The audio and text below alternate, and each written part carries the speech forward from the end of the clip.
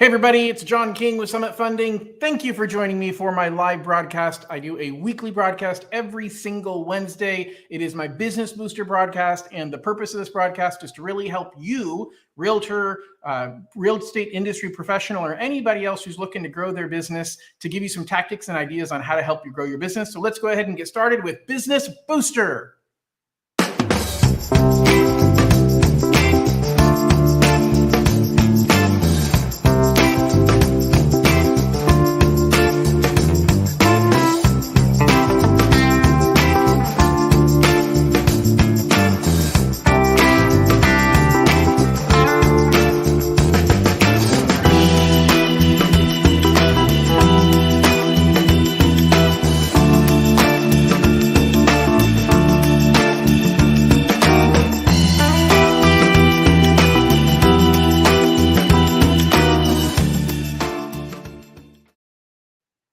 All right, well, today our topic on Business Booster is going to be tips to market a home that is not selling immediately. Guys, the market is shifting. If you didn't pay attention, we are definitely seeing a change in the real estate markets. And I want to talk to you today about how do we make that change a positive? How do we make sure that we're staying in front of this? And how do we help our sellers and our buyers at the same time to create win-win situations? I think it's critical in any negotiation to understand how do we create a situation in which both sides are winning? Because too many times we think of negotiations as a zero-sum game.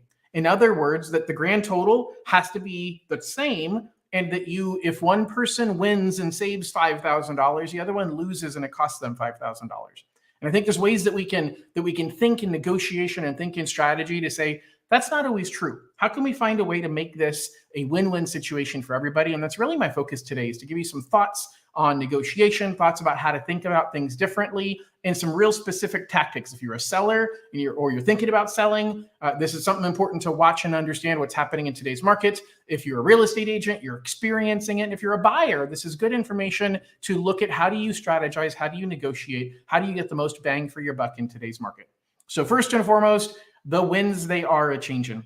For sure, we are seeing a shift in the real estate market. One stat that you're seeing on the screen right now, as of 2 days ago, June 6th, of all of the active listings in the Sacramento market, 35% of the homes that are currently listed for sale have had a price reduction. So we're seeing a significant shift in home prices.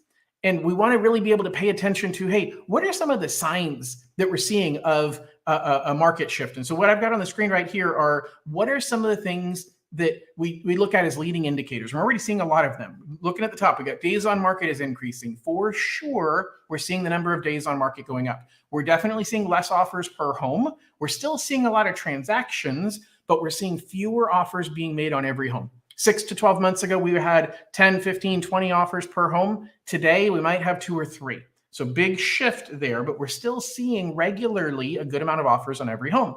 We're seeing less traffic on listings. I'm talking to realtors every single day. I have one realtor I was just talking to earlier today that put a house on the market that he thought was going to be really well priced and sell very well, sell very quickly. They've literally had 1 request for showing. So not a lot of traffic, a lot of just less people out looking right now. There's still more buyers looking than there are sellers selling, but the numbers are starting to move a little bit closer into equilibrium. So if we go back to here, we're going to see more credits being offered to buyers. I'm going to talk a lot about that in a couple minutes. We're seeing a declining sales to list price ratio. So let me explain to you what sales to list price ratio is if you don't already know what it is. Basically, the sales to list price ratio says, hey, the house sold for X number of dollars compared to how many dollars it was listed at. Over the last couple of years, we've typically seen houses selling for over 100% of the list price. Put a house on the market for $600,000, it sold for $660,000, so it sold for 10% over the list price. And that is the listed price closed sale ratio. What we're seeing is a decrease in that. That has a lot to do with the strategy of what price you list the home for sale. And that's a lot of what I want to talk about today is pricing strategy, how we think about the market, and how aggressive we want to be in our expectations. All right, so going back here, we're seeing, going back to the top left corner, we're seeing increasing of housing inventory, but don't get that wrong. What we have is we have the doomsday people. The doomsday people say, oh my God, here's the beginning of the end. First of all, nobody can predict the future. If you've been watching me at all, you've known that I don't think we're in for doomsday, but the fact is nobody knows. But there's something called confirmation bias. And it means that you have an expectation in your mind of what the outcome is, what's going to happen. And therefore you search for statistics that confirm what you think to be true. If I think that the housing market is going to crash, then I can see this increase in listings as a sign that the market's going to crash. If I think the market's going to stay strong, then I can show that there's still a whole bunch of houses that are closing escrow and we still have more buyers than we have sellers. And that's a statistic that confirms the fact I think the market's going to keep going up. The truth is nobody knows, but I think we're not going to see a crash at all, because the crash happened last time because everybody had an adjustable rate mortgage and they couldn't afford their monthly payment. Everybody right now has a fixed rate mortgage with a significant amount of equity. So what we're going to see is a more realistic expectation of what sellers need to sell for versus buyers need to buy for. That's the shift we're heading into. We're not going to see people losing their home or having distressed sales. Even the people who dealt with forbearance over the last couple of years and they had COVID-related issues where they couldn't make their mortgage payment, almost all of them have been resolved, and that money's been put at the end of the mortgage. So you don't have situations where people have huge amounts of debt left over and they have to sell their home. So we're not dealing with distressed sales. All right, if we go back here, we are seeing, maybe not yet, but we might be seeing fewer sales coming. I think we're going to have a challenging summer as we try and figure out where this balance is. And we're going to have buyers that are going to sit back a little bit and wait and see what's going to happen. Listing price lower than sales. So that one actually doesn't make a lot of sense to me. So I'm going to pretend that that one isn't on there. I stole this from the Sacramento appraisal blog. That guy's really, really good. And I honestly don't know what he meant by that one. And more price reductions. So that is definitely something that we're seeing. But here's the deal. And I want to be really clear here. The honeymoon is definitely over, but that doesn't mean we're headed for divorce. Now let's think about that analogy. Right after you get married, you have a honeymoon, everything is great. There's no problems at all. Everything is hunky-dory. And that's what we've been in for the last 2 years. For sellers, it's been a honeymoon period. No matter what you do, no matter the condition of your home, no matter what you list it for, nothing mattered because you had so many people wanting to buy your home that you could sell it without thinking about it. Now the honeymoon is over. Now think about the example of just getting married. You come back from the honeymoon. Now you got maybe some conversations over things like money or how many kids do we want to have. Does that mean that you're headed for divorce? Well, some people might say so, but the truth is that's just a normal marriage. That's normal challenges that people deal with. And what we're heading into is maybe a normal market. I still think we're in a seller's market, just not as strong. But even if we ended up in a balanced market, it doesn't mean that the market is crashing or falling significantly. And it's something to be super, super aware of, is that it isn't doom and gloom. Simply because the honeymoon's over does not mean that we're heading directly for divorce. Hopefully that example makes a little bit more sense. Here's the challenge. The challenge is the expectations of our sellers. And that's the biggest hurdle that we're dealing with. I was talking to another realtor earlier today who said that he had a house listed. He just put it on the market. And the prices were from $950 to $999 was the range of the comps. Well, guess what the seller wanted? The seller wanted to list it at $999, and they felt like they probably could get over $1 million. They listed it at $999. It's been on the market for a little while now, and nothing's happened. So now the agent's going to have to go back, and they're going to have to do a price reduction. And as I'm talking to that agent, there's a potential that they're going to not drop it below $950. Remember, the range was $950 to $999. The seller is not going to immediately go down to $950. But the truth is, even if they drop their price to $950, statistically, that's a $50,000 price drop or 5% of the list price that it just dropped. But the truth is, the house was never worth $999. It was worth somewhere between $950 and $999. A lot of the price reductions, not all, but a lot of the price reductions that we're seeing is because of the seller's high expectations and convinced that, hey, if we put it out there at that price, we'll get an offer. We'll get that unicorn buyer from the Bay Area that's going to write a super high price offer and pay cash and buy over the list price. That is happening a little bit here and there, but I think it's happening with buyers that haven't caught up with the fact that the market has shifted a little bit. I actually read one story on the Sacramento appraisal blog talking about a seller that got only one offer for $70,000 above their asking price. Well, that buyer felt like there was a lot of competition, felt like the only way to get their offer accepted was to offer $70,000 above. They didn't know, there's no way to truly know how many other people are writing offers on that home. But they wrote an offer significantly higher than they needed to. And the truth is, a lot of sellers are hoping that's going to happen to them. It could, but the truth is it's highly unlikely in the shifting market that we're in. So what we have to do is we have to manage sellers' expectations.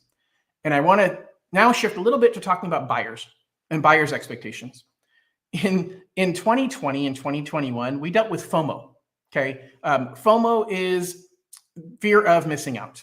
And you had buyers that said, I'm going to buy because if I don't buy now, I'm never going to be able to buy. The human condition, the biggest challenge, I think, with the human mind is that we have a hard time picturing something that isn't true today. And so whatever's happening today, we think is going to continue forever. And everything is a cycle. Everything changes, but people have a hard time understanding that. They have a hard time reconciling that in their mind. So when prices are shooting up, they have a fear of missing out because clearly prices are going to go up forever, and therefore I shouldn't wait to buy a home. And it caused people, even when prices were going up, to continue to have the demand to want to buy. But on the other hand, what we're dealing with now, I'm coining a new term. It's called a FOOP. I don't know if FOOP's going to live the test of time. But what we're dealing with right now is buyers who have a fear of overpaying. Fear of overpaying. We've got a lot of buyers saying, hey, I don't want to be that person that paid $70,000 more than I needed to for the home.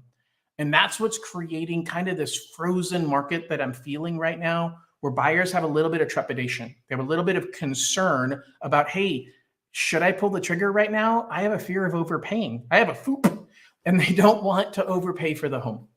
Here's my thoughts on that. It's really simple. I've mentioned this many times over the last couple of months. You go back to any 10-year period in history, we have never seen housing prices lower 10 years from any particular starting point.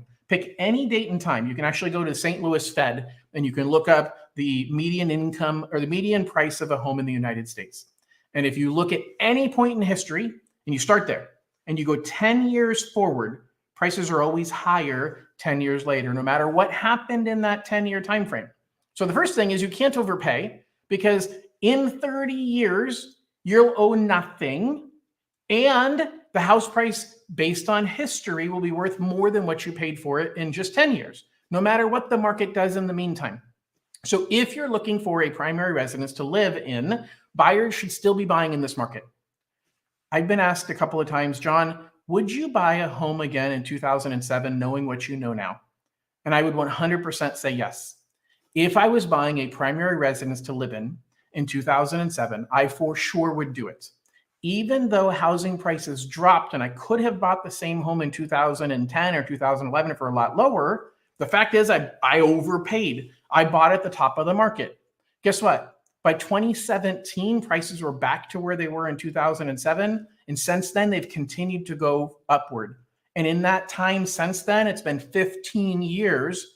I've paid down a significant amount of principal on my mortgage, and I've gotten a great tax write-off.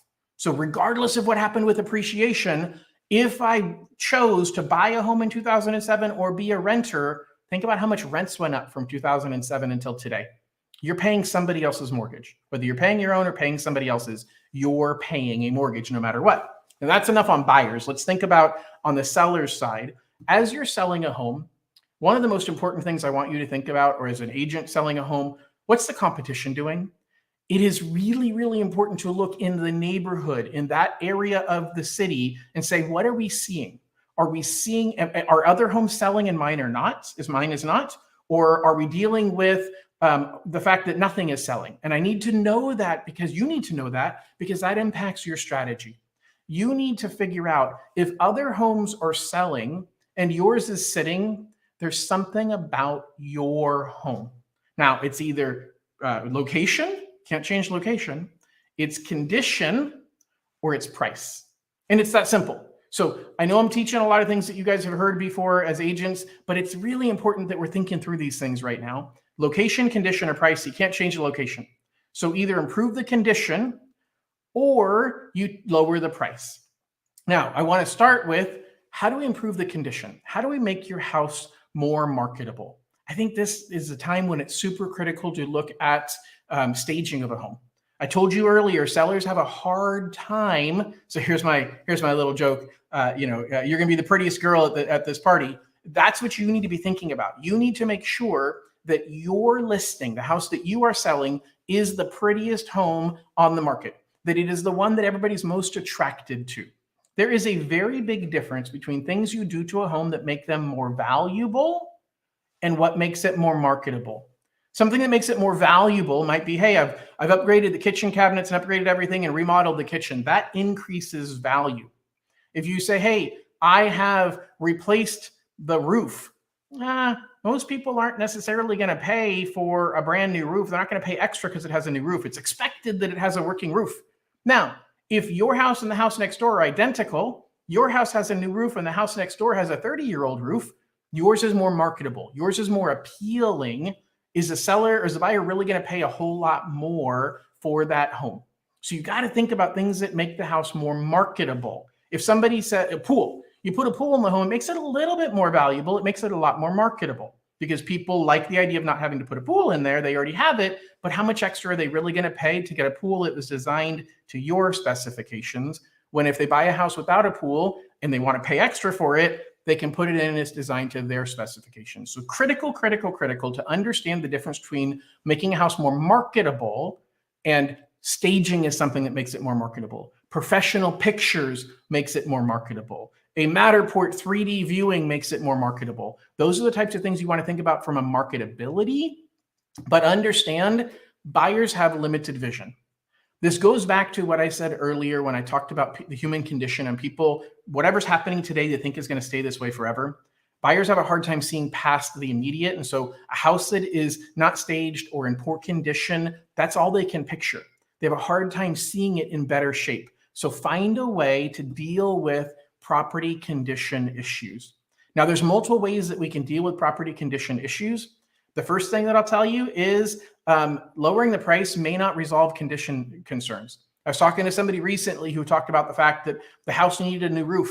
And so they priced the home low enough to account for the new roof. Well, I've been talking to some other buyers and the buyers have been saying, I'm not really that interested in that house because I think the price is right, but it needs a new roof. In the seller's eyes, the price should have been higher and they lowered it in order to account for the new roof. In the buyer's eyes, well, that price is right. In other words, everything else is overpriced and that one is priced correctly, but it needs a new roof and I don't want to have to pay for a new roof. And most buyers today have challenges coming up with extra cash. A lot of the cash buyers have already purchased. So some of the things we want to think about is, at the very least, you can offer an escrow repair holdback. You want to get your bids in advance and tell the buyer, hey, I've already got a bid. The work is going to get done after closing, but the benefit of an escrow repair holdback is that the seller doesn't have to front the money. The money comes out of their proceeds in escrow. It's one of the biggest challenges for sellers right now is, hey, I don't have the money to pay for those repairs. If you have the money to pay for the repairs, I think you get them done now because you got to make your house the prettiest girl at the party. But if you don't have the money to pay for the repairs, at the very least, get a bid and then price that in. Don't lower the price to account for it. Keep the price higher and then use the amount you were going to lower the price as an escrow repair holdback. You tell the buyer, we will put a new roof on here. The house is selling for this much. Don't lower the price and say we've accounted for it. The buyers think that lower price is because of the shift that we're dealing with. In their mind, it's not because of the roof that needs to be done. Have the ability to market the house saying we've already set aside the money for the roof to be done.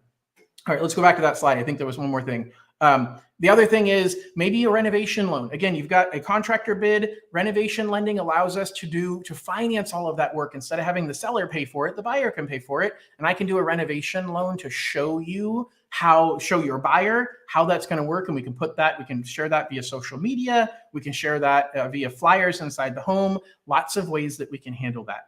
So now let's talk about, actually, we just covered property condition issues. Let's talk about price. So first of all, most people think price is all that matters. Price is critical, but it is not all that matters. And we talked a moment ago about the fact that if you lower the price simply because you have roof issues, property condition issues, the buyer doesn't see it that way. So we've got to think first and foremost about who's our buyer right now. Our buyer is somebody who couldn't buy in the last 2 years.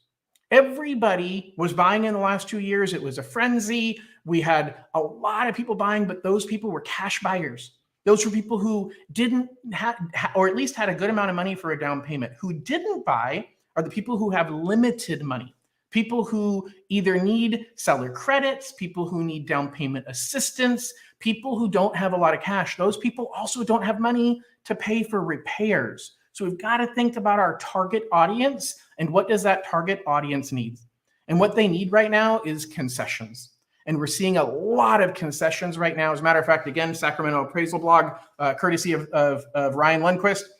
This is a chart talking about percentage of home sales with a concession. And we saw it peak prior to COVID. And that line right there is when mortgage rates fell below 3% and sellers said, I don't need to give concessions anymore. But we've seen, and it kind of came up last year and late last year, and it fell again this year, but it's coming back again. We're seeing more homes with price concessions. And the next slide is going to show us that we're seeing those price concessions at lower price points. The less expensive your home, the greater number of those homes need price concessions. We're seeing 30% of the homes between $400,000 and $500,000 needing price concessions. There aren't many sales under $400,000 in the Sacramento market, but you're seeing at the high end, 1.2 million and above, only 16%. So half the number of homes that are sold at the highest price points need concessions versus at the low end, those are the first-time home buyers. Those are the starter homes, and those buyers need help with concessions. Those buyers need help paying for their closing costs, need help affording the increase in monthly payment due to the interest rate adjustment. But here's what I want to pay attention to. How you apply those concessions matters. What we've got is we've got a mentality that says, hey, I'm gonna give a $10,000 credit towards closing costs instead of giving a $10,000 price reduction. Well, that's great. Then you can market that by saying, hey, full price offers come with a $10,000 credit towards buyers' closing costs. And I'm going to show you here on my iPad. I think we can make this work pretty easily. I'm going to show you how. Let's zoom into that a little bit. I'm going to give you 3 different examples here. So this first example, let's go ahead and get rid of my picture so that you guys can see this a little bit better. Okay, maybe not. All right. So anyway, what you're looking at here is a $600,000 purchase price. You sell the house for $600,000 with no credits. The buyer pays $4,027 a month, and they need $47,000 out of pocket, including their down payment and their closing costs. So let me circle this and point it out to you guys on here. So this $600,000 purchase price, they're paying $4,027 a month, and they have $47,000 out of pocket. Now, the seller says, I'll give them a $10,000 credit towards, $10,000 price reduction. That $10,000 price reduction only lowers their payments by what? $67 a month, next to nothing. It lowers their cash out of pocket by, what are we talking about, $700? Do you really think a $67 a month payment savings and $700 out of pocket is really going to make a difference to any seller? It's not. Okay, so the seller doesn't care about a the buyer doesn't care about a price reduction. But what matters to a buyer instead in today's market is giving a seller credits, because the seller credit is going to be a $10,000 reduction in their cash out of pocket. So instead of paying $47,000 out of pocket, they're paying $37,000 out of pocket, and they have that same $4,000 a month payment.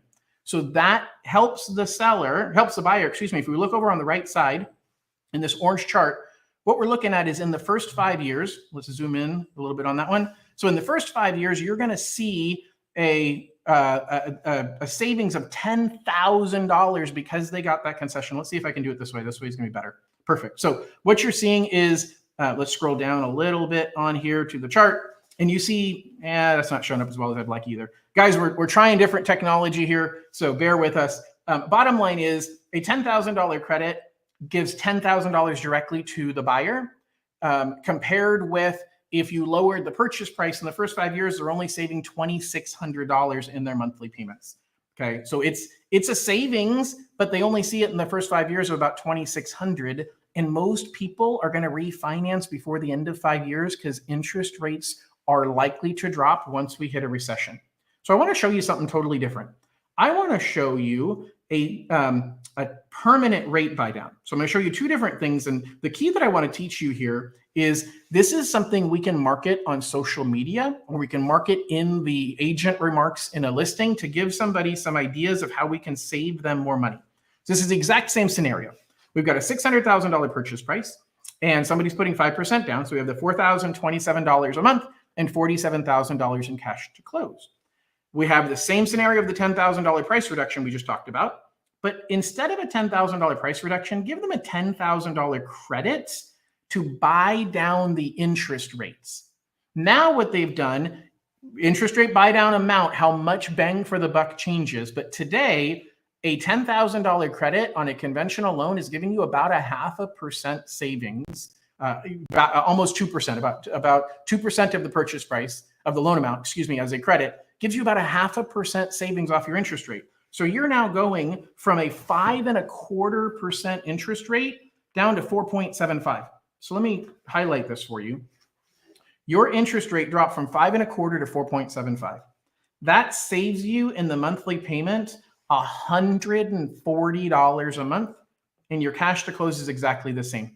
And if we look over here on the right side, we are seeing a $14,000 savings, even though the seller only credited $10,000, because you're saving money in interest.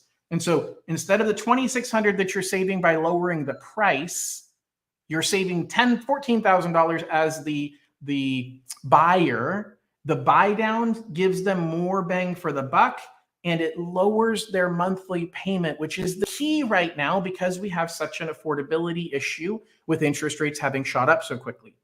Here's my last scenario, guys. My last scenario is something new called, not new, but new because we never needed to use it for a long time. It's called a temporary rate buy down. Now, I want to be clear. This is not an adjustable rate mortgage. This is a temporary buy down that lowers their monthly payments by the seller prepaying part of their monthly payments. And a temporary rate buy down, in this case, I'm using an example that we're lowering the interest rate by 2% the first year and 1% the second year. So what you're going to see is you're going to see the rate go from 5.25 to 3.25% for the first year. The second year, it's going to be at 4.25%. I'll show you in a chart in a second how it shows that. And then the third year, it's 5.25. This is not an adjustable rate mortgage. Let me say that again, super clear. This is not an adjustable rate mortgage. It is simply the seller paying ahead of time for 2% of the interest year one, 1% of the interest in year two. In my opinion, by the end of year two, the buyer is likely to refinance anyway. So they've significantly saved in their monthly payments because just in the first year, the seller is saving $667 a month off of their monthly payments. Okay, and they're saving about $330 a month the second year. So bottom line, guys, I'm done sharing this. Let's go back to me. The bottom line is that a temporary rate buy down is actually the most complicated, but the biggest bang for the buck for the buyer, because they're seeing the money in their hands when they need it, which is now. The key is we have to figure out how to market it, because here's our problem: the search filters. When somebody is looking at a home and you have a house listed for $600,000 and they're looking for homes at $590 and below, they're never going to see your house. So it is super important. People search by price, by bedroom, bathroom count, and by square footage. And we have to make sure we're paying attention to that. But just because you have eyeballs, once you start having eyeballs and people are looking at your home, if you have no eyeballs, if nobody's coming to visit the open house, if nobody is even showing up to on their own to be let into the property by their agent, then you've got a price problem and you need to lower the price in order for people to be interested in your home. Once you have the eyeballs on your house, I don't think your best play is to continue to lower the price. You start marketing in the MLS, you put in agent comments, seller to credit 3% of purchase price on a full price offer to do a buy down of buyer's interest rates. And you can even attach a hyperlink to one of my examples. I can create a video for you with exact examples like I just showed you, but it will be on that particular property so that the agent can click on it. They can forward it to their seller, or their buyer, excuse me, and you can market that property yourself as well on social media. And that's what I think is critical, is you've got to figure out how to take these scenarios that I just painted and how to get them out on social media. I can create these examples for your exact home. And remember, you can market somebody else's home. You just need to, I don't talk to your broker for the rules, but I see it all the time. People, a listing agent is not going to care that you're sharing their home out there. So find somebody else's house that meets a good price point for first-time home buyers. Get with me to create these strategies so that we can market that home. If you are the listing agent, you have an opportunity to double end the transaction. If you're not the listing agent, you have an opportunity to find a buyer for that home or another home. You can find somebody who is interested in these advanced techniques to save them the money now when they need to. Nobody needs to save the money over a 30-year time horizon, given the expectation that rates are going to fall again in the next couple of years. Guys, I covered a lot today. We are out of time. I appreciate you. If you like this information, I hope you do. Please share, please subscribe. If you have questions, post it into comments. I'll reply to those questions. If you liked something that I talked about today, do me a favor, post into comments what it was that you liked, what your favorite thing is that you learned today. I appreciate you all joining me. There's about a dozen of you on the video right now that stuck with me, so thank you very much. I hope you all have an absolutely fantastic week. We'll see you on Friday for our Financial Friday. We're talking about something important. I don't know what it is. And on next Wednesday, I'm going to be talking about networking the right way. How do you actually generate business through networking, and what's the right way to do it? I'll be covering that next Wednesday. Guys, have an absolutely fantastic week. Don't forget, I'm here to take care of your mortgage needs. Call me if you or anybody you know needs